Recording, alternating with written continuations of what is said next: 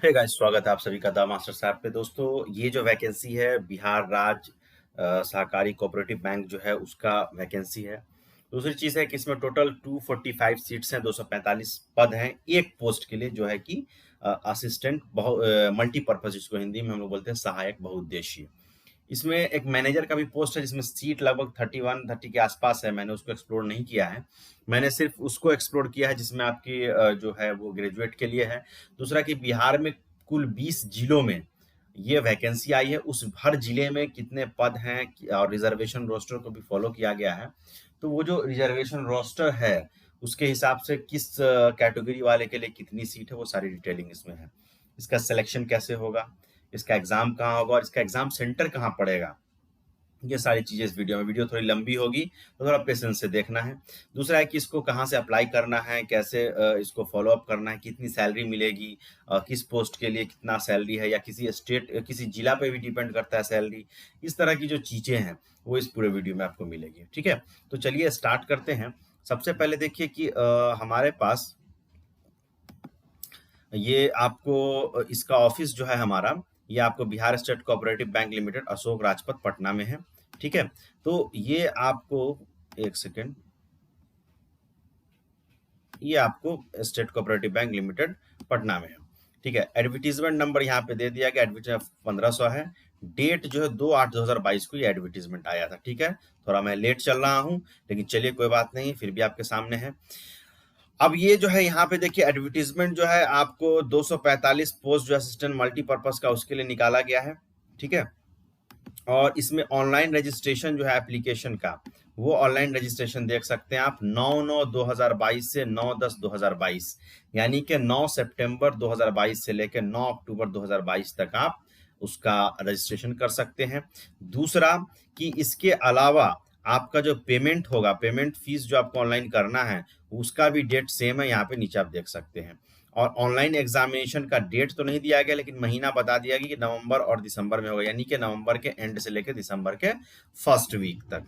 तो ये आपको एक टोटल जानकारी होगी। अब हमको पोस्ट देखना है कि किस पोस्ट के लिए इसमें कितने कितने पोस्ट हैं, ये सारा चीज हम आपको बता रहे हैं। अब देखिए यहाँ पे एक जो BSCB है, जो बिहार स्टेट कोऑपरेटिव बैंक है, इस बिहार स्टेट कोऑपरेटिव बैंक की अगर हम बात करें तो इसमें टोटल 26 सीट्स है, जो कि आपको पटना में जो है वहां पे उसके हिसाब से मिलेगा। ठीक है, तो ये आपको इसका सैलरी जो पे स्केल है 17,900 से 47,920 के हिसाब से रिवाइज करके दिया गया। इससे पहले भी वैकेंसी की एडवर्टीजमेंट निकाली गई थी, उसमें कुछ गड़बड़ी थी, उसको रिवाइज करके नया आया है, उसको मैं एक्सप्लेन आपके सामने कर रहा हूँ। उसके बाद देखिए, ये एक 26 सीट के अलावा टोटल जो सीट है, जो कहाँ पे कौन सा सीट मिलेगा वो उसको समझ लीजिए आप। ठीक है, तो 26 सीट के अलावा आप ये देखिए कि यहाँ पे आपको ये पाटलिपुत्रा में सीट है आपका, गोपालगंज, सासाराम, भागलपुर, आरा, ठीक है, बेतिया, औरंगाबाद, नवादा, कटिहार, सुपौल, मुंगेर, नालंदा, ठीक है, मगध, खगड़िया, रोहिका, सिवान, पूर्णिया, समस्तीपुर, वैशाली और सीतामढ़ी। ये टोटल 20 जिला है जहां पे टोटल सीट की संख्या यहाँ पे 219 है। तो 219 और 26 मिला के हो गया 245 सीट, जिसमें जनरल के लिए 103 सीट है, EWS के लिए 21 है, SC के लिए 37, ST के लिए 19, MBC जिसको हम लोग आज की डेट में EBC बोलते हैं, ठीक है, और BC के लिए 30 है और WBC के लिए 5 है। अब इसका मतलब क्या है, MBC, EBC, WBC का क्या मतलब है, उसको हम लोग आगे देखते हैं। ठीक है, अब देखिए एक चीज यहाँ पे ये दिया है कि एजुकेशनल क्वालिफिकेशन क्या होगा। ठीक है, एजुकेशनल क्वालिफिकेशन यहाँ पे बोला है कि एजुकेशनल क्वालिफिकेशन आपको रखना है ग्रेजुएट और equivalent from any UGC recognised university of India. ठीक है, तो ये सबसे पहली चीज है। अब इसमें आगे भी कंडीशन बताएंगे, इसलिए वीडियो को स्किप मत कीजिएगा। कि इसमें अगर आपके पास कोई और डिग्री जो मांगी जा रही है अगर वो होगा तो प्रीफरेंस पहले आपको मिलेगा। ठीक है, उसको देखना है। तो यहाँ पे दे दिया गया है कि रजिस्टर करना है, ये वेबसाइट है इसका bihar.scb.co.in पे, ये इस पे आपको जाकर रजिस्टर करना है। यहाँ पे आपका सारा डिटेल दिया हुआ है कि एग्जामिनेशन फी जो होगा वो 650 रुपया लगेगा SC ST PWD के लिए, और 850 रुपया अदर के लिए, यानी कि जो जनरल में है, BC ABC जिसमें भी है उनके लिए लगेगा। ये हो गया। अब देखिए यहाँ पे जो रिजर्वेशन है उसका आप लोग जानते हैं, जो रिजर्वेशन बिहार सरकार फॉलो करती वही है। आप इसको जो है पढ़ लीजिएगा अच्छे से, और इसका एडवर्टीजमेंट डाउनलोड कर लीजिएगा। एडवर्टीजमेंट का लिंक जो है, डाउनलोड लिंक, वो आपको डिस्क्रिप्शन बॉक्स में मिल जाएगा। अब देखिए पेमेंट जो है, पेमेंट कैसे होगा, ठीक है। एग्जामिनेशन फी का पेमेंट जो आपको ऑनलाइन करना है, ठीक है। ऑनलाइन एप्लीकेशन फॉर्म भी भरना है। ये पैसा आपको रिफंड नहीं किया जाएगा अगर एक बार फॉर्म भरा जाएगा, बाकी की डिटेलिंग सेम है, ठीक है। और उसके बाद आइए पेमेंट का। अब देखिए ये डिटेल में जो वैकेंसी है, जो 245 सीट है, वो डिटेल में यहाँ पे दिया हुआ है कि डिटेल में ये तो 26 सीट वाला तो मैंने बता दिया था उसका। अब देखिए किस जिला में कितना सीट है, किस जिला में कितना सीट है, इसको हम लोग देख लेते हैं। तो सबसे पहले देखिए कटिहार में आपको टोटल 5 सीट है, ठीक है। और इसका सैलरी भी यहाँ पे देखते चलिएगा, ठीक है। यहाँ पे देख लीजिए, कटिहार में 17,900 से 47,920 है। औरंगाबाद में आपको टोटल 9 सीट है, इसमें 7200 से 19,300 ही है, ठीक है। सुपौल में भी आपको 4 सीट है, और इसमें भी वही 7200 से 19,300 ही है टोटल।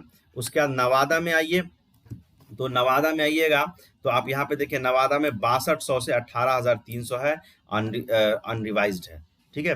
रिवाइज जहां जहां किया गया है वहां पैसा बढ़ गया है, ठीक है। उसके बाद मुंगेर जिला में भी 13 सीट है, ठीक है, इसमें भी उतना ही सैलरी है। देखिए गोपालगंज में आपको 10 सीट है जो कि रिवाइज कर दिया गया है, तो उसमें फिर सैलरी बढ़ गई है। उसके बाद नालंदा में है 12 सीट, उसके बाद मगध में है 16 सीट, ठीक है। तो आप जिस जिला में है उस जिला से देख सकते हैं, ठीक है। उसके बाद आपको यहाँ पे सासाराम है, सासाराम में देखिए 20 सीट है। आरा में टोटल 23 सीट है, सबका आरक्षण रोस्टर आपके सामने में। भागलपुर में 10 सीट है, पाटलिपुत्रा में 10 सीट है। ये तो 12 जिला हो गया, ठीक है। 12 जिला के बाद हमको टोटल 20 जिला मिलेगा, 20 जिला। खगड़िया में देखिए, खगड़िया में 9 सीट है। सिवान में 12 सीट है। पूर्णिया में 11 सीट है। समस्तीपुर में 6 सीट है, और वैशाली में आपको 9 सीट है। रोहिका जो है वहां पे 10 है, बेतिया में 8 है, और सीतामढ़ी में आपको 8 है। टोटल मिला के 219 है, जो कि टोटल मिला के क्या होता है 245, 219 और 6। अब देखिए जो EBC MBC लिखा उसका मतलब यहाँ पे दे दिया गया है। MBC मतलब मोस्ट बैकवर्ड क्लास, BC मतलब बैकवर्ड क्लास, जिसको EBC आज के डेट में हम लोग समझते हैं। वुमेन बैकवर्ड क्लास का भी यहाँ पे आरक्षण दिया गया कि जो लड़कियां या जो महिलाएं वुमेन बैकवर्ड क्लास में, उनके लिए अलग आरक्षण है। SC ST है, इकोनॉमिकल वीकर सेक्शन और जनरल है, तो ये आप समझ गए होंगे। रिजर्वेशन का जो रूल रेगुलेशन वही है जो बिहार में चलता आ रहा है, इसको आप पढ़ लीजिएगा एक बार अच्छे से कि EWS के लिए कितना होना चाहिए। 10% रिक्रूटमेंट यहाँ पे according to department of general Bihar के हिसाब से रखा गया है, ये सब चीज समझ लेंगे। अब देखिए कि अलॉटमेंट ऑफ बैंक यहाँ पे दिया हुआ है, मेरिट और प्रीफरेंस के हिसाब से आपको बैंक मिलेगा कि आपका जो मार्क्स आया है, आपकी जो रैंक आया है, उसके हिसाब से आपको अलॉट किया जाएगा बैंक को, ठीक है। तो यहाँ पे देखिए, यहाँ पे लिख दिया है कि allotment of bank will be on the basis of merit पे आप preferences given by the candidate for various bank, आपको प्रीफरेंस भरना होगा, उसी के हिसाब से मिलेगा, ठीक है। Particular category in which candidate qualifies, ठीक है। यहाँ पे लिखा गया for example if candidate give the first preference to a bank where there is no vacancy for he will be consider for next lower preference, ठीक है। तो इस तरीके से एजुकेशनल क्वालिफिकेशन को समझ लीजिए फिर से। देखिए एजुकेशन क्वालिफिकेशन ग्रेजुएशन डिग्री ही होगा, यहाँ पे दे दिया गया ग्रेजुएशन डिग्री ही होगा, लेकिन इस बात को समझिए, कंप्यूटर का नॉलेज इसेंशियल है, तभी तो आप काम कीजिएगा। जिसमें आपके पास डिप्लोमा इन कंप्यूटर एप्लीकेशन, जिसको DCA बोलते हैं, वो होना चाहिए, ठीक है। तो वो होगा। Preferences will be given to candidate having MBA डिग्री। अगर ग्रेजुएशन करने के बाद अगर किसी के पास MBA डिग्री है तो उनको प्रीफरेंस पैसे पहले मिलेगा। जैसे मान लीजिए कि एक सीट है, उस पर आप भी क्वालिफाई करके गए हैं जो सिंपल ग्रेजुएट है, और एक वो बंदा भी गया है जो MBA भी है और ग्रेजुएशन भी है, तो पहले प्रीफरेंस उसको मिलेगा। इसलिए मैंने कहा कि वीडियो को पूरा लास्ट तक देखना है। अब एज लिमिट को समझ लीजिए, एज कितना है, एज किसके लिए कितना रखा गया, इस चीज को समझ लीजिए। तो एज जो लिमिट है वो 1/8/2022 को आपको काउंट करना है कि 18 साल से ऊपर होना चाहिए, 33 के अंदर होना चाहिए, ठीक है। और 1989 से पहले की डेट ऑफ बर्थ नहीं होना चाहिए और 2004 के बाद का नहीं होना चाहिए। ठीक है, ये तो एक नॉर्मल कंडीशन हो गया।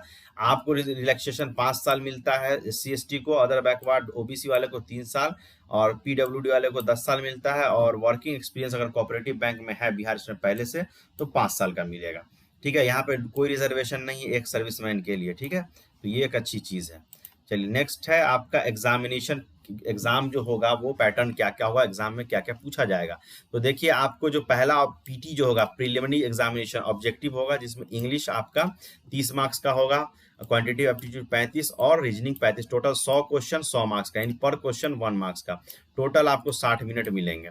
ठीक है, और हर करेक्ट आंसर के लिए 1 नंबर मिलेगा और रॉन्ग के लिए 0.25 मार्क्स मिलेगा, यानी 1/4 आपका डिडक्ट कर लिया जाएगा।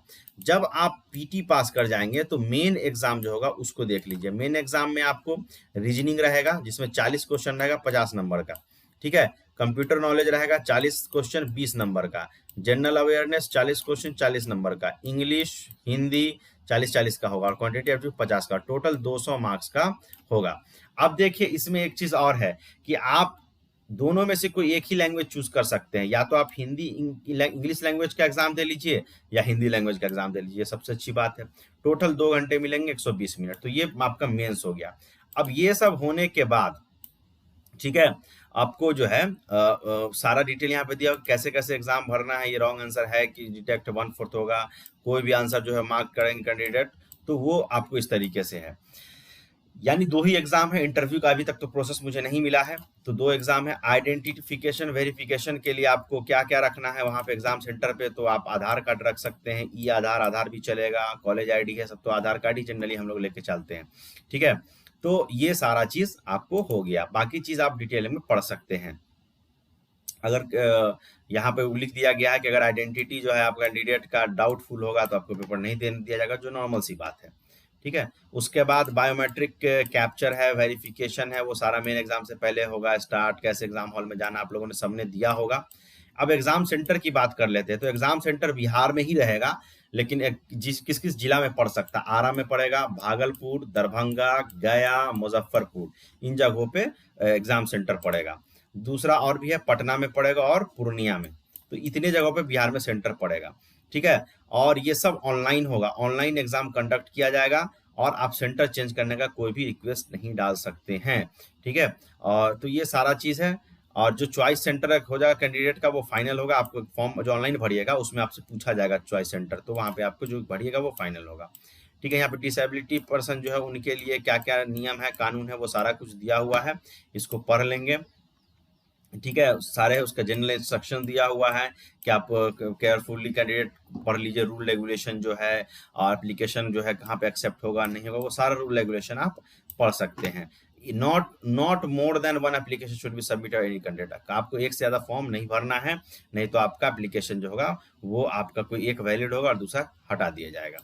ठीक है, तो ये सारा चीज दिया हुआ है। रिपोर्टिंग टाइम दिया हुआ है, कितने बजे रिपोर्टिंग टाइम हो, तो आपको एडमिट कार्ड भी पता चल जाएगा। यहाँ पे आप देख सकते हैं, इसको आप एक बार पढ़िएगा डाउनलोड करके, इसका लिंक जो है डिस्क्रिप्शन में आपको मिल जाएगा। अप्लाई कैसे करना है यहाँ पे दिया हुआ है कि एप्लीकेशन जो है आपको जो एप्लीकेशन का पहले रजिस्ट्रेशन करना है, फिर पेमेंट करना है, फिर डॉक्यूमेंट्स को अपलोड करना है, सिंपल है। अब उसके लिए क्या है कि फोटोग्राफ कितने साइज का होना चाहिए, सिग्नेचर कैसा होना चाहिए, सबसे इंपॉर्टेंट चीज है। फोटो आप जो है इस साइज का बनाएंगे, सिग्नेचर ब्लैक इंक से ही आपको करना है, ब्लू इंक से नहीं करना है। Left thumb impression white paper पर ब्लैक और ब्लू इंक से करना है। हैंड रिटन डिक्लेरेशन एक व्हाइट पेपर पे आपको ब्लैक इंक से लिखना है, देखिए लिख दिया है। ठीक है, और वो कैसा होगा, तो वो टेक्स्ट नीचे दिया हुआ है, यहाँ पे देखिए डिक्लेरेशन टेक्स्ट ये दिया हुआ, ये आपको देना है। ठीक है, उसके बाद सिग्नेचर जो होगा कैपिटल में आपको नहीं करना है। ठीक है, थंब इम्प्रेशन जो है स्कैन होना चाहिए अच्छे से। तो ये सारा डिटेलिंग आपको पढ़ लेना है अच्छे से। ठीक है, ऑनलाइन पेमेंट होगा, ईमेल आईडी वैलिड होना चाहिए आपके पास, तो ये डिटेलिंग आपको अपने से पढ़ना होगा। ठीक है, उसके बाद यहाँ पे है एप्लीकेशन फी जो है चार्ज नॉन रिफंडेबल है, पहले बता दिया है। एप्लीकेशन का रजिस्ट्रेशन करना है, कैंडिडेट वेबसाइट पे जाना है बैंक और अप्लाई ऑनलाइन पे करना है, उसका लिंक मैं डिस्क्रिप्शन में डाल दूंगा। वहां से कैसे ये उसको प्रोसेस करना है, ये टोटल प्रोसेस यहाँ पे दिया हुआ है। फीस भी दिया हुआ है, वो मैंने ऑलरेडी पहले आपको बता दिया है, ये सारा चीज दिया हुआ है। फोटो और सिग्नेचर का जो है क्या क्या होगा रिक्वायरमेंट वो दिया हुआ है कि फोटो 4.5x3 का होना चाहिए, रिसेंट फोटोग्राफ होना चाहिए, कलर होना चाहिए, ठीक है, light colour, white background white होना चाहिए, ठीक है, तो इस चीज को ध्यान रखना है। और जो सिग्नेचर करेंगे उसका डायमेंशन क्या होगा, साइज फाइल का कितना 20 से 50 KB के बीच रखना है, ठीक है, ये सारा चीज यहाँ पे दिया हुआ है। ब्लैक इंक पेन से ही आपको सिग्नेचर करके अपलोड करना है, जेपीजी फाइल होना चाहिए। तो ये सारी डिटेल दे दी गई है, आपको कहीं कुछ पढ़ना पूछना नहीं है, ठीक है। स्कैनिंग द डॉक्यूमेंट को स्कैन जो करना है, ठीक है, वो आपको यहाँ पे देख लीजिए, प्रोसीजर यहाँ पे दिया हुआ है। तो ये एक एक चीज आपको बता दिया है एडवर्टीजमेंट में ही, कि आपको इसके अलावा आगे दिमाग लगाना ही नहीं है, ठीक है। तो ये सारा चीज है, और मिसकंडक्शन अनफेयर मीन का क्या मतलब है, वो सारा चीज यहाँ पे दिया गया है। तो दोस्तों ये वैकेंसी बहुत इंपॉर्टेंट है, और ये मत सोचिएगा कि अरे एमबीए वाले को पहले प्रीफरेंस मिलेगा। तो पहले प्रीफरेंस मिलेगा, लेकिन उसके लिए मार्क्स भी तो लाना पड़ेगा ना। अगर मार्क्स है ही नहीं और एमबीए है तो फिर कैसे सिलेक्शन होगा। तो ऐसा नहीं सोचना है, ग्रेजुएट भी हैं आप तो अप्लाई कीजिए, जरूर अप्लाई कीजिए, और देखिए अगर एग्जाम निकल जाता है तो फिर देखेंगे, ठीक है। तो पहला फोकस होना चाहिए कि फॉर्म को भरें और इसके एग्जाम की प्रिपरेशन करें, ठीक है। वो बात की चीज है कि एमबीए वाले होंगे कि नहीं होंगे, अब जरूरी है। आप मान लीजिए कि आप 100 में 70 नंबर लाते हो, आप ग्रेजुएट हो, एमबीए वाला 40 नंबर लाएगा, 30 नंबर लाएगा, तो ऐसा थोड़ा है कि इतना अंधाधुन होगा कि वो 30 वाले को ले लेगा और 70 वाले को छोड़ देगा, तो ऐसा नहीं है। हाँ, सेम मार्क्स होगा या कुछ ऐसा होगा तो वो उसके लिए प्रेफर करेंगे एमबीए वाले को, ठीक है। तो इस चीज का ध्यान रखना है, और फॉर्म जरूर भरिए। बिहार में है, बिहार के अपने जिला में भरिएगा तो ज्यादा अच्छा है। तो ये एक अच्छा मौका है अपने जिला में काम करने का, सभी ग्रेजुएट्स के लिए। Thank you very much.